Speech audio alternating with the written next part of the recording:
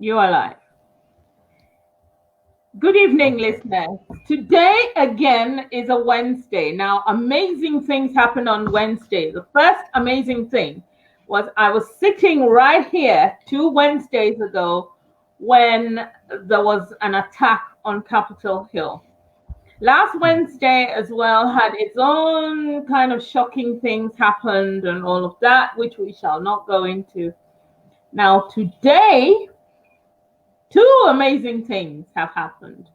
The first one was Joe Biden is president of the United States of America today, the 20th of January 2021. Joe Biden has become the president. And what is making it amazing, because they have presidents every 4 years or 8 years or whatever, but the amazing thing today is Kamala Harris, woman, Black, Asian, is the vice president. Now that is something.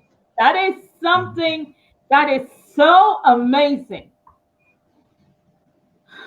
All I have to say today is I wish them well.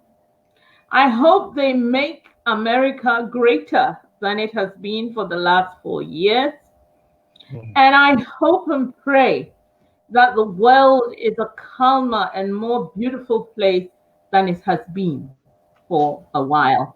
And now I'm talking about in the direction of America, how mean and nasty everything was happening. We pray to God that things get better. The other amazing thing is I have in my studio screen an amazing man. I'm very proud of him because he is an innovator. Now, as you know, 2021, my discussions are diasporan issues. We're going to talk about ways in which Africans can be creative, can be amazing in Africa, out of Africa, for Africa, by Africans, Africa, Africa, Africa. Now, a lot of big white men have been saying things like, oh, Africa is the place to be, and this and that. People, I tell you, when you hear that, be very afraid. We have to fight for ourselves. There is an undercurrent war going on. Now, people are oblivious. They don't care. Once you get food to eat, but that is not the right way. Get your food, get your shelter, get your water, but think about your homeland. Now, my guest today is, of course, I should say I am honored. I am honored on Kiki Chat Show today to be joined by Mr. Al-Hassan Hafiz Bakarr Kanu Sr. Thank you. Thank you for having me. He's an American businessman and entrepreneur. He's actually residing in Sierra Leone, and he's a CEO of a company called Tech Africa. And he's behind the creation of SUPFRICA app. It's an app. SUPFRICA is an app. Now, I have it on my phone, and a few people have it on their phones. Now, we're going to talk about SUPFRICA. We're going to talk about all sorts of things. So get ready. Yes. Welcome to the show. Well, thank you. I'm happy to be here. Happy to hear you. Yeah. Now, tell us about yourself first and foremost. Let us get to know who you are. Okay. And then we can start. All right. Hello, everybody. My name is Al-Hassan Hafiz Bakarr Sr. I'm an African. I was born in Sierra Leone, West Africa. At the age of 4, I realized I was around darkness, and I said, no, this didn't make sense. So at an early age, I took a car battery, I took a light bulb, and I took wires.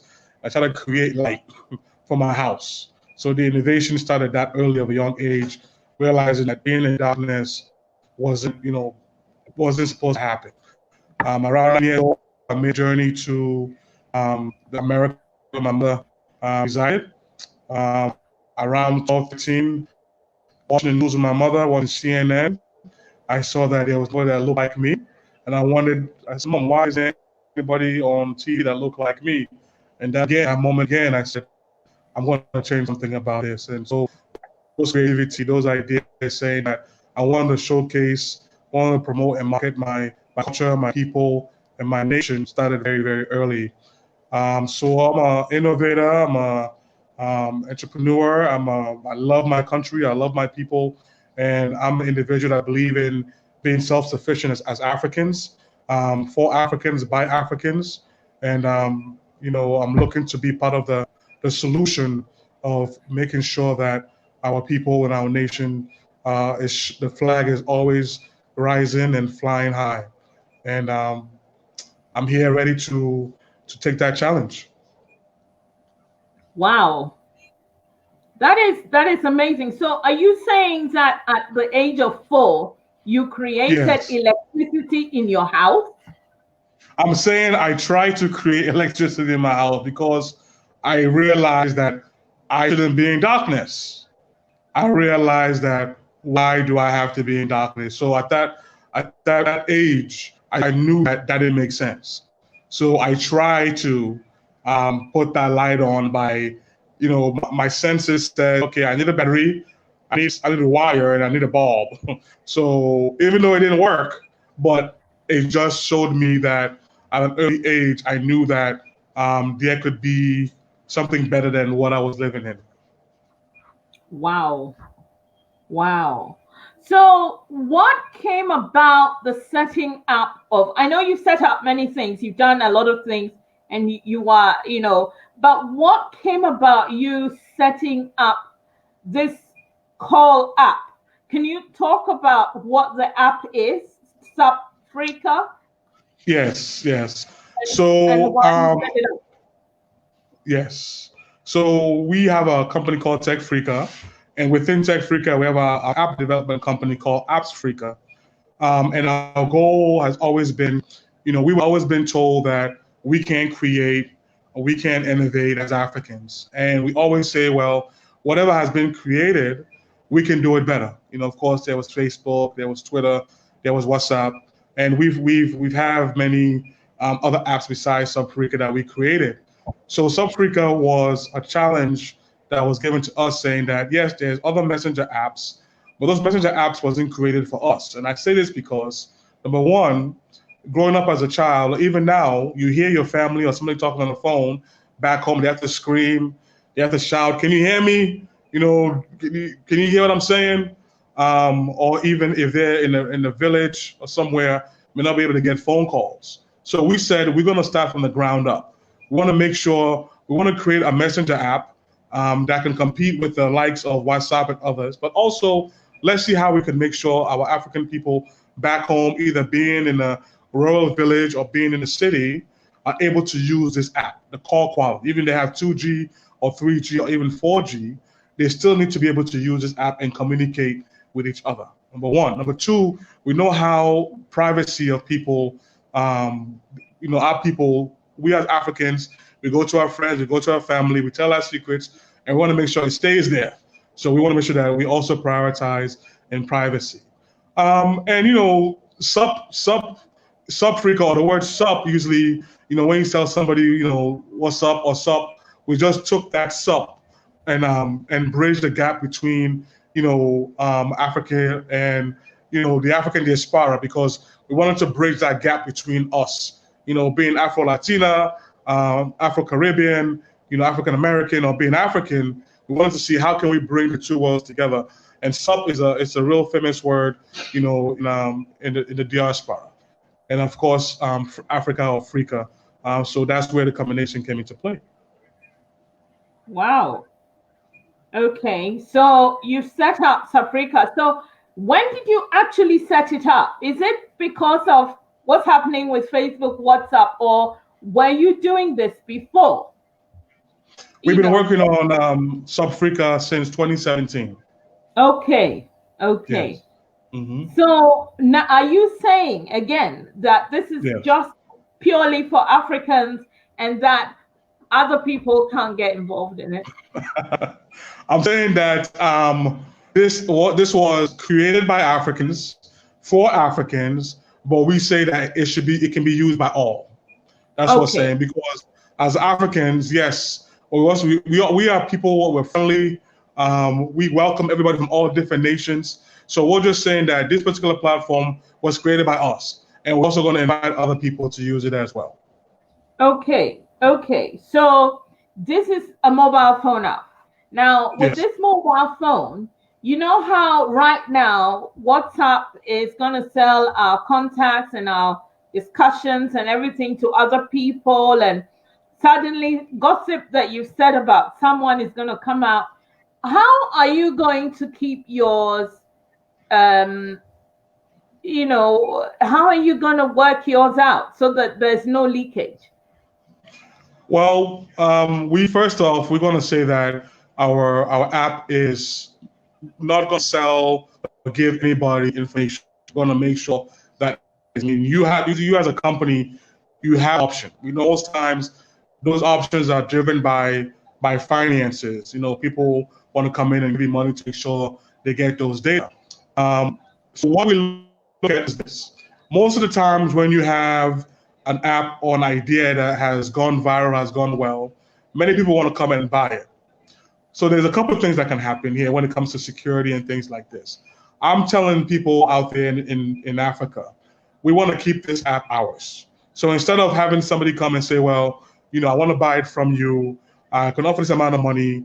Number one, we're not looking to sell, because if we do look to sell, we want to make sure we look to partner with individuals that have the same ideas and vision as ours, in keeping this African and using it to benefit our people, benefit our future, our children, etc., etc., etc. But we're also calling out to those individuals out there who have the money, from the government to the millionaires and the billionaires. Well, the way to keep us secure with our data is to make sure we have data centers in most of the African countries. Right now, most of the servers and the data are out there in the Western world, Europe, France, Canada, Australia, etc., etc. We only have a few data centers, say, in Africa, and if they are here, they're owned by them anyway outside. So people always say, "Oh, Africans, we created it and we sell it," but because we don't have that financial backing of our own people who have that money to say, "No, we're going to keep it African. We're going to invest it, keep it here. We're also going to invest and make sure we invest on infrastructure to make sure that these apps that have been created by our fellow Africans can remain in Africa and be protected in Africa." So those, not only us as creators, also need to do that, but also we call on the government, we call on other creators and developers who can develop service, who can develop things that can make sure that it's in Africa, so it doesn't travel outside. Because the longer it takes to travel, the more unsecure your service can be. So it takes both of us, all of us, to make sure that this works. And we're going to do our part and make sure that it remains that way. And we want to make sure we tell our people not to be fearful that we will be selling anybody's data or information. Okay. Now, my main question to you, when Yes. I downloaded it in the first, quite early on, so I managed to get it. I've got it now. Thank you. And Thank you. one of my questions is, if I have South Africa Yes. on my phone, I live abroad, and Yes. I come to Africa, can I just switch? I mean, is there, because can I switch so that I'm not using WhatsApp at all, or whatever I have, whether it's Telegram or anything, but I can immediately start communicating to people just in SUPFRICA, or Yes. how is that? Yeah, so SUPFRICA is a standalone platform. So which Okay. means that as long as you don't tap on WhatsApp or tap on any of those other ones, you just open up SUPFRICA. It will work for you anywhere you are in Africa or outside of Africa. Yes. I mean, this is exciting. I think it's exciting because there's something that is ours. Very soon okay, so my other question is, we have Facebook, and Facebook owns WhatsApp at the moment. And all of us are using Facebook. So even if we are using SUPFRICA now all over the world, how does that work? I don't know. How does that, I mean, are we secure and safe security-wise with you whilst we use Facebook? Yes. So we all these platforms have their own database and their own servers, of course. And of course, I've heard about Line and the other ones who are also facing difficulties now because they've had a merge of new downloads because of what WhatsApp is doing. But everybody has their own servers, their own platforms, so it cannot be connected. As long as we don't connect, when you go to the app to sign up, you have to use your own phone number. So it doesn't have any other third party, no Facebook, Google or whatever it is to do that. So it maintains within the app and it maintains within our server. So it's protected. So there's no connection between the two. And of course, as innovative creators, we also have other platforms that allows our users to use. We have our own Facebook, we have our own as well as SUPFRICA and other platforms that we have already created as well in the past 20 years. You have your own kind of Facebook, so we can move bag and baggage to our own Black African Facebook where we don't get any. Yes. Exactly. Yeah, we've been working. We've been working on this for 20 years. We have over 20 platforms ready to go. We have our own Facebook, we have our own TikTok, we have our own ride-sharing platform. So we have a lot of things that when people say, well, you don't have it, we're ready. We're ready to say, yes, we have it. Africans already have these things. And if you want us to move out of your platform, we're going to go to our own platform. So we're prepared and ready for Africans to start owning their own and supporting their own. Woo! That is something else because, there is just this one Facebook and we're all using it. Mother, father, child, blah, blah, blah. Right. There's the one TikTok everyone's using, that sort of thing. So if we can coolly move away and yet still be in connect, be able to connect with the people that we talk to and all of that, that is a major coup for us, isn't it? Exactly. Yes. That's awesome. That's awesome. That's exciting.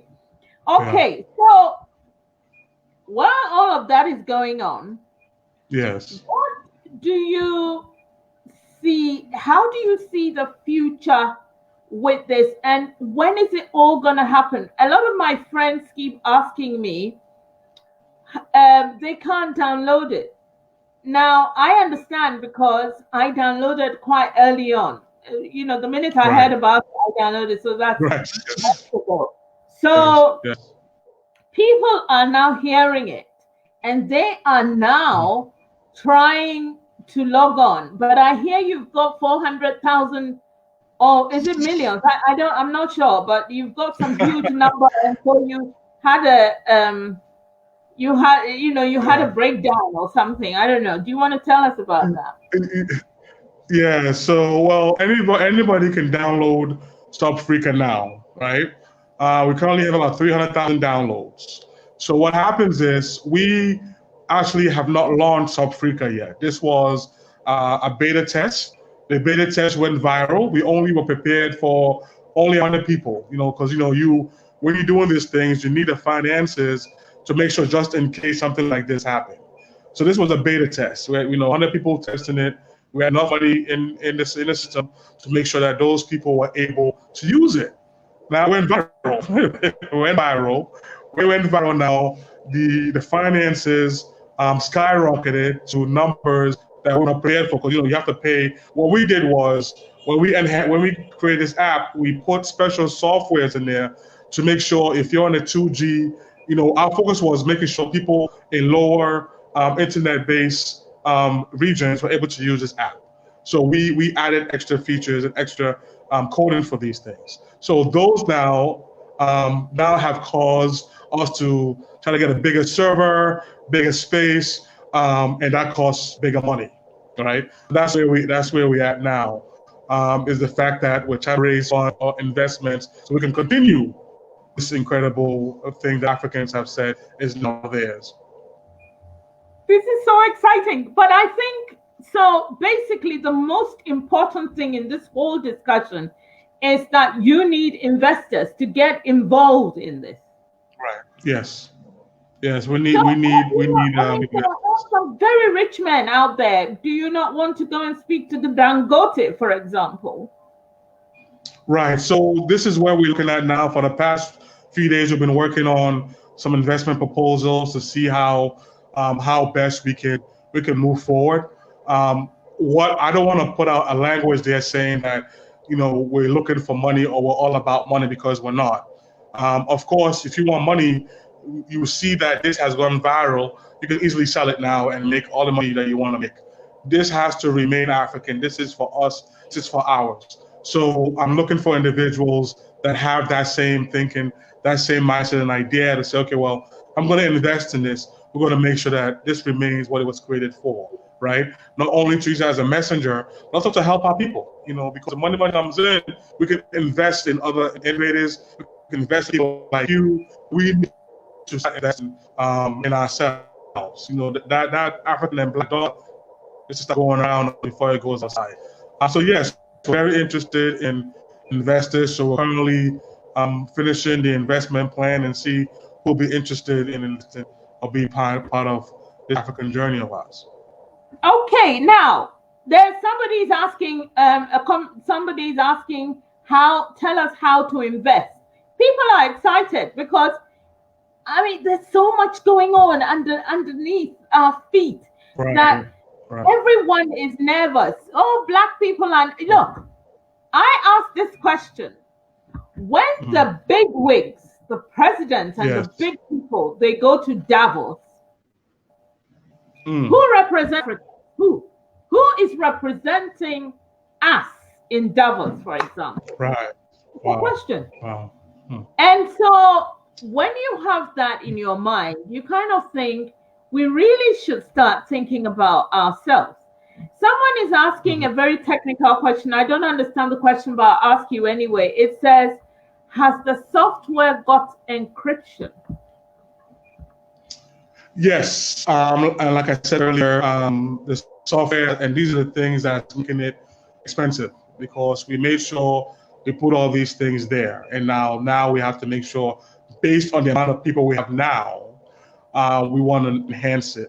And the encryption is there, the server is there, it's safe. But like I said earlier, if we're going to create our own African products, we want to make sure that the users that we have in Africa or outside of Africa, these servers are inside of Africa and owned by us, because if they do, then we know better how to protect ourselves. I think we can do a much better protecting our brothers and sisters, our mothers and fathers than somebody else. So I think with us as an African product or a platform, it just shows that we are here to make sure that we protect. Because when we protect you, we protect ourselves. So it's an African thing of making sure whatever we're doing is done correctly. Make sure everybody involved is protected. But again, it does take investment. It does take money to make sure it's done properly. And another question is, what type of encryption? I don't know. Are there different types? And if there are, what is your type of encryption? Well, there are different types that you can use.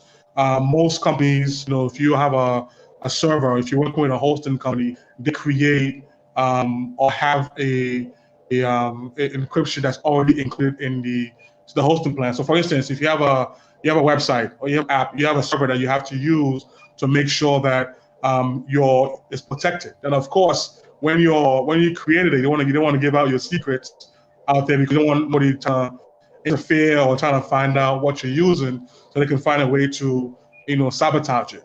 But I can say it's definitely there. If anybody wants to have a conversation in regards to that outside of that, we definitely do that. But we have to make sure we protect our people and our information that we have right now. Okay, now another question is, if people, I'm reading out questions from the comments, and the question is, if people invest, someone has put your GoFundMe, SUPFRICA GoFundMe platform, but the thing is, if people invest, what do they get out of it? Right. So currently, like I said, we're working on the different plans to see how best it is to make sure whoever comes in to invest, they're investing in something remarkable but can make their money back. So we have different options right now that we're working on. The first one right now, of course, we need 500,000. With that 500,000, individual can get back up to 10% or more on that investment. If you're looking at probably a share, they can invest $1 million or more to get shares, all that. So we're still trying to put things together because some people may just want to invest and get a return. Some people may want shares. Some people may want to have a long-term investment. So we're still putting things in place to make sure we do it right. Whatever we're doing, we represent Africa, so it has to be done right. We have to have the right information and the right tools, so we give out the information. It's right, and everybody, nobody's hurt. Yeah. So regarding investment, say, if somebody was asking no money, what is the affirmative statement? Is your affirmative statement in the GoFundMe platform? Yeah, so we have put in exactly what happened and what we're looking for. Pretty much the platform itself been around since 2017. So it's a well worked on platform. The issue is we have launched it. We're supposed to launch in March. We did a test, and with the test, it went viral. So we're prepared for, we were only prepared for the testing part. So now that it has gone viral, and now that we know that people are interested in having it, and now we have all these downloads, we know that anything in life, from owning a house, owning a business, the only way it's going to move in the right way, and especially now when this is moving fast, is money. No matter how much money you have personally, you're gonna need more than that to carry this, because you gotta make sure you have money to pay your staff, because we're working 24 hours a day, to make sure this thing is working. You gotta make sure you have money to keep maintenance costs and all these operational things going. So we want to be honest and blunt with everybody that right now the financial strain is where it is based on this recent week or week and a half of this great innovation of people who have really supported this platform. So the GoFundMe account was put together based on people like you who are reaching out to your fan base saying, this is an innovation, let's support innovation. And they ask for, do you have a GoFundMe account that we can support you on? We never really had, this plan to do a GoFundMe. It was always, okay, what can we do ourselves? What can we raise ourselves to make sure this platform works? Now we understand that, as a young company, you do need the finances no matter what. And every company from WhatsApp to Twitter to Facebook have been funded greatly to make sure they maintain their business. Okay, someone's asking, what is your professional training? Which makes you do all of this is in the comment section. Yes. So I'm self-taught. I've been self-taught since 1998. 1998, I started, doing promotions and marketing for my first company called Mama Africa Productions. From there, I started the first internet radio station called African Radio Online, where I had to investigate and find out how to stream online. So these are all things that I self-investigated and self-taught myself. Because when you're doing something and there's no money, you don't have any money, then how do you do it? You learn. So for the past 15, 16, 17 years, I've been self-taught how to create websites, how to create apps, how to code. But as I started gaining more traction in what I do, now I can build a team. And now I have a team that's helping me to create different platforms, maintain the platforms, market platforms. But everything started by self-taught, self-teaching myself. You know, the thing about Africans though is they're more interested in people who have PhDs, MAs, Right. university degrees. They're more, the minute you're doing something and you kind of don't have the qualifications they expect, they Right. become a Right. little bit Right. wary. Right. I understand. I mean, my own business, I have a 20-year track record. I've been doing technology for. I didn't go to school for, like I said, I was self-taught. My own profession right now, I'm a healthcare worker. I'm a dialysis technician. I take care of individuals that are dialysis. You're That's what I breaking do. up. Can you hear me now? Is that better? We didn't hear the last thing. What you said. We didn't hear about the Okay. I qualifications. said, of course, like you said, people are looking for people with degrees and things like that. I didn't go to school to create, platforms or create apps. These are all self-taught for the past 20 years. For me, my professional career right now, I work in the healthcare field as a dialysis technician. What I do for the past 15 years. I take care of individuals that on dialysis, and then on my spare time, I do my business. And now, for the past few years, my business has grown dramatically, which is probably going to cause me to go full time on it. Somebody is saying it's very interesting how much critical we are of products and services created by our own people than we are about others, Right. which can be true to a certain degree. Right. My other question, though, whilst we're talking about this, though, is if you can you hear me? I hear you. Yes. Yeah, because I can see you're moving. Yes. Sorry. Yes.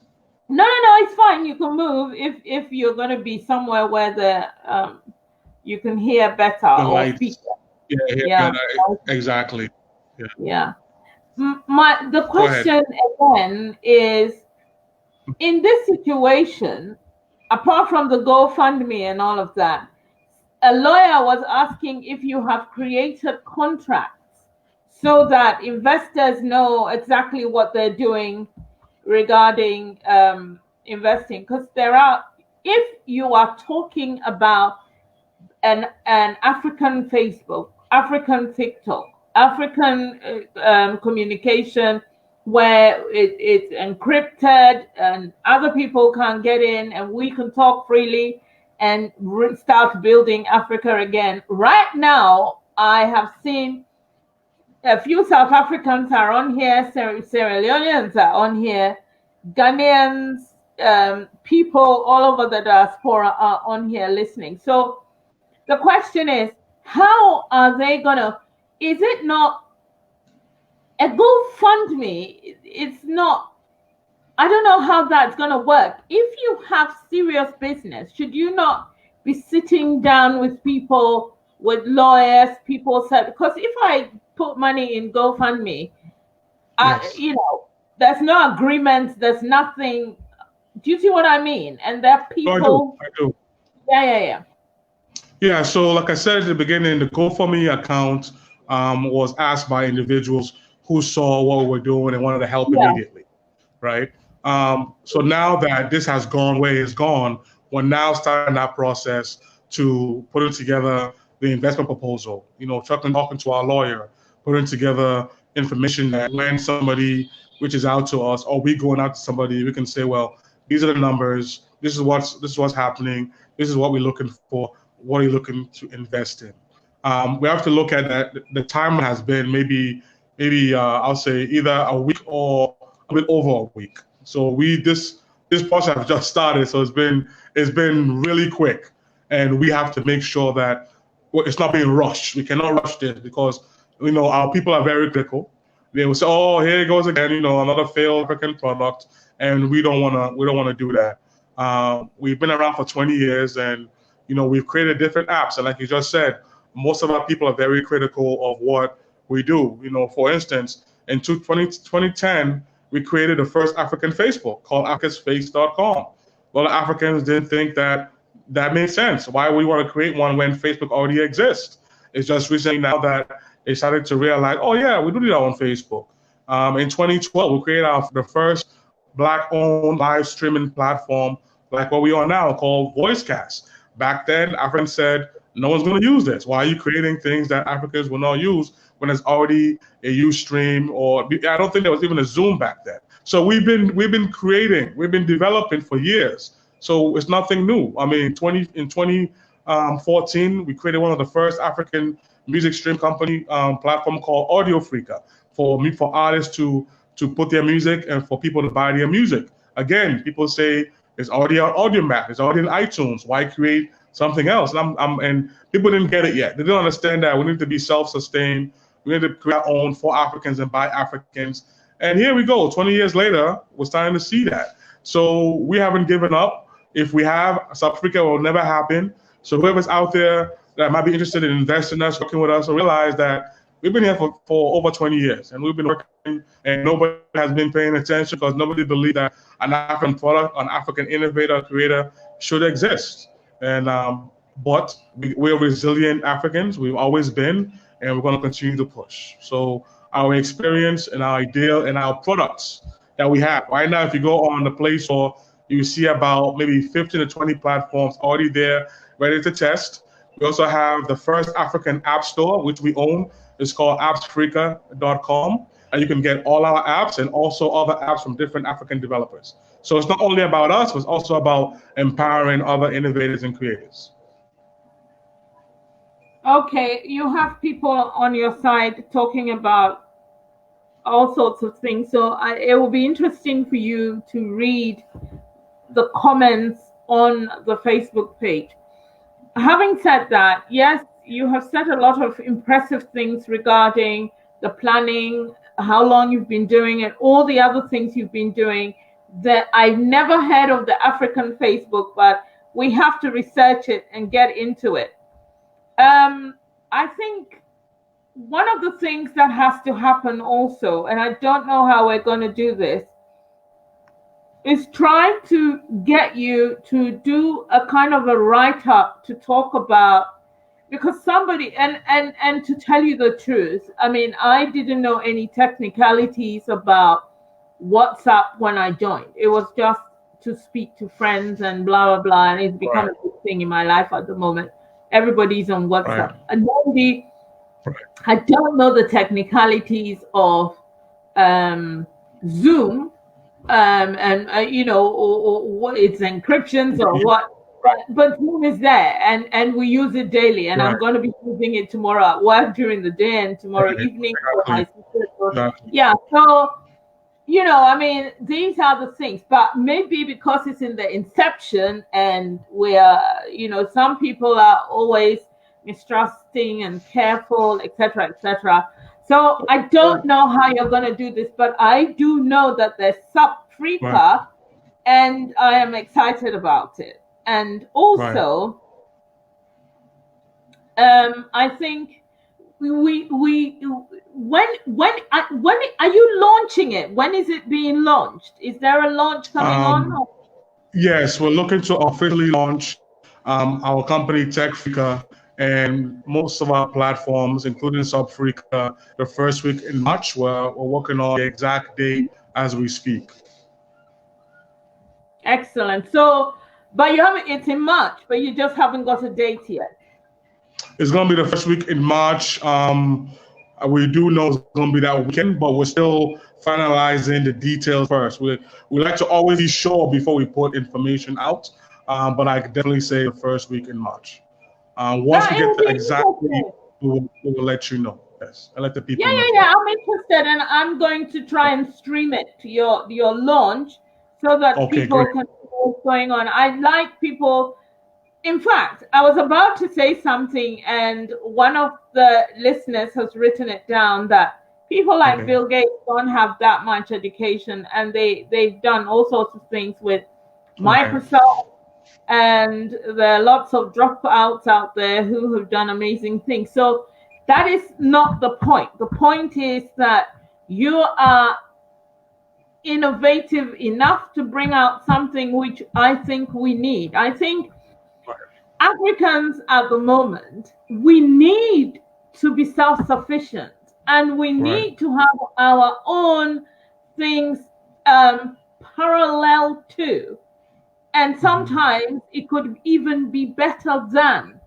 Do you see what I mean? And so this is something that we should all explore. This is something that we should all become alert and aware of, and be, I am quite excited, and I think I'm very pleased to meet you. And you. It is amazing that I didn't even know you, but the first time we spoke, it was like we were friends.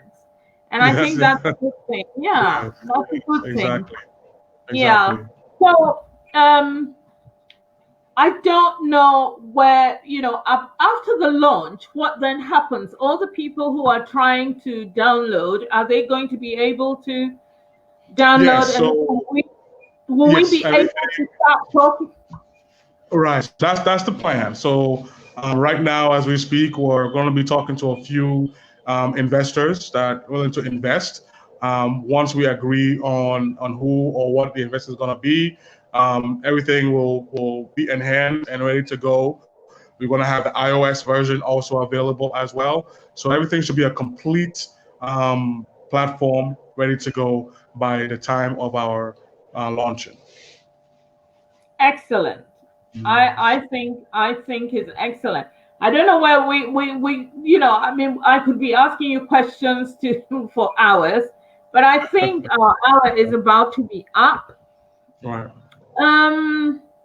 I'm sure you will come back again so that we can talk some more. But I want to be involved in the launch, as I said, because I want people to see what is going on, to hear what plans you have, etc. Right. And these days we can do this all over the world at the same time. So great. Wonderful. Yeah. Thank you so much for coming on to the interview. It's been great. And I will tell you from my side that I am excited. This is something that, for 2021, I am looking for innovative Africans. I'm looking for Africans who are determined to do things for Africa. And I'm looking for people who are going to change the mindset. And what we need is a mindset change so that we'll be able to do great things for ourselves. Exactly. Thank you very much for coming on the show. Thank you so much for having me. Thank you to all your viewers, and keep up the great work. You do an amazing work, and people like you is what you keep us going. People that can show and share our stories, because the creative innovators are in the back room working. People like you are putting our story out there. So thank you so much. Thank you. Now, people, thank you for watching. Thank you for joining in. Thank you for contributing, asking questions. That is the whole idea of the show. And we will come back next week with another great innovation, African diasporan issues. Thank you for staying on the line. Thank you. Bye-bye. Be well.